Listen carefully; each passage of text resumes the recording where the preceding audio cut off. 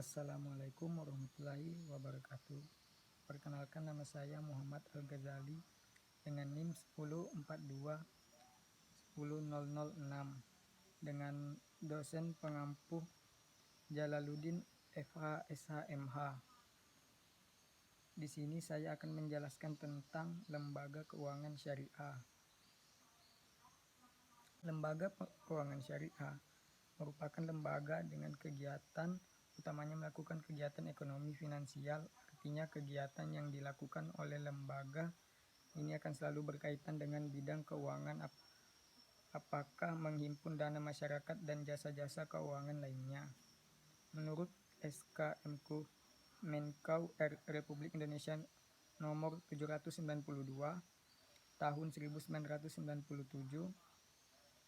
lembaga keuangan syariah adalah suatu badan yang kegiatannya bidang keuangan, melakukan penghimpunan dana, penyaluran dana kepada masyarakat, terutama guna mempunyai investasi perusahaan.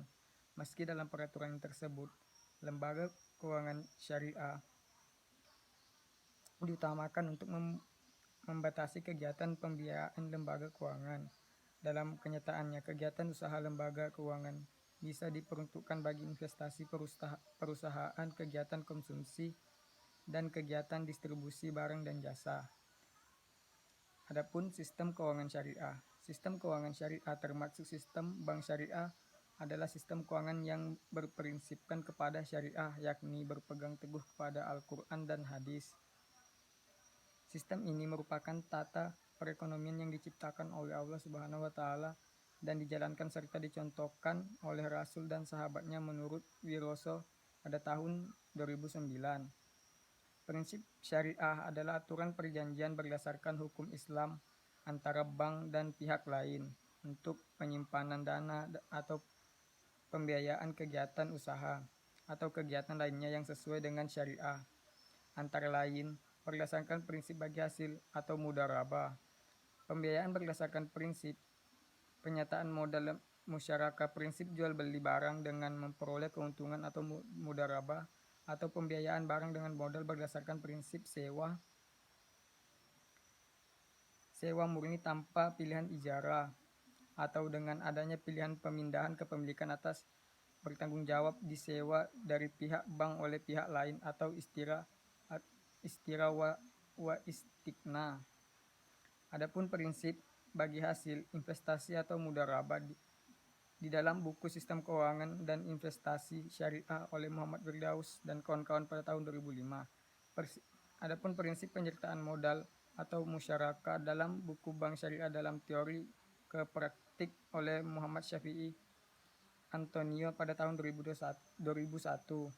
Prinsip jual beli mudharabah. Prinsip dengan akad mudharabah ini adalah salah satu transaksi yang paling banyak dilakukan oleh bank syariah saat ini. Salah satu alasannya adalah dalam mudharabah ini risiko bank syariah adalah kecil. Prinsip sewa atau ijarah. Pada dasarnya prinsip ijarah sama dengan prinsip jual beli, namun perbedaan terletak pada objek transaksinya. Bila pada penjual beli objek transaksinya adalah barang, maka pada ijarah objek transaksinya jasa. Menurut Muhammad Rawas Al-Aji pada tahun 1987, al-ijarah adalah akad pemindahan hak guna atas barang atau jasa melalui pembayaran upah sewa tanpa diikuti dengan pemindahan kepemilikan atau ownership milkiyah atas barang itu sendiri. Adapun peranan lembaga keuangan syariah dalam proses intermediasi. Intermediasi adalah penghubung, sedangkan intermediator yaitu pialang yang memudahkan perdagangan barang dan jasa, bertindak sebagai seorang perantara untuk para pelaku transaksi.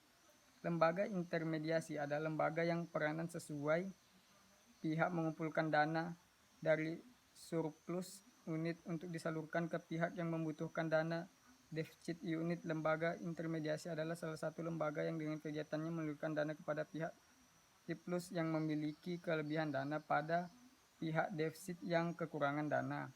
Tujuan berdirinya lembaga syariah yaitu: pertama, mengembangkan lembaga keuangan syariah atau bank dengan non-syariah yang sehat berdasarkan efisiensi, keadilan, serta mampu meningkatkan partisipasi masyarakat banyak sehingga menggalakkan usaha-usaha ekonomi rakyat antara lain memperluas jaringan lembaga keuangan syariah ke daerah-daerah terpencil.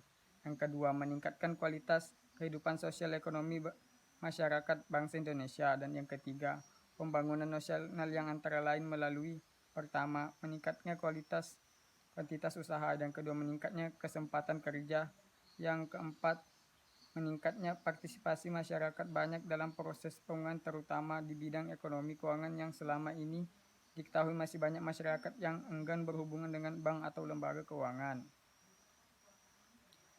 Baiklah, adapun kesimpulannya pada kali ini berdasarkan data yang diperoleh oleh lapangan dan hasil analisis penulisan kiranya dapat penulis disimpulkan sebagai berikut. Pertama, respon masyarakat tentang lembaga keuangan syariah kurang baik disebabkan kurangnya pemahaman masyarakat tentang lembaga keuangan syariah, entah itu mengenai nama produk, jenis-jenis, ataupun faktor yang mempengaruhi respon berdasarkan masyarakat keuangan syariah yang di Kecamatan melalui Kaliwungu, Kabupaten Kendala adalah membaiknya perekonomian masyarakat yang menggunakan jasa lembaga keuangan syariah.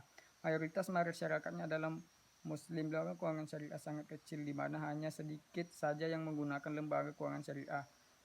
Kondisi tersebut terpengaruh oleh beberapa faktor, antara lain adalah yang pertama, sudah menghubung ke lembaga keuangan lain, lembaga keuangan yang belum mempunyai investasi. Yang kedua, belum memerlukan investasi di lembaga keuangan syariah.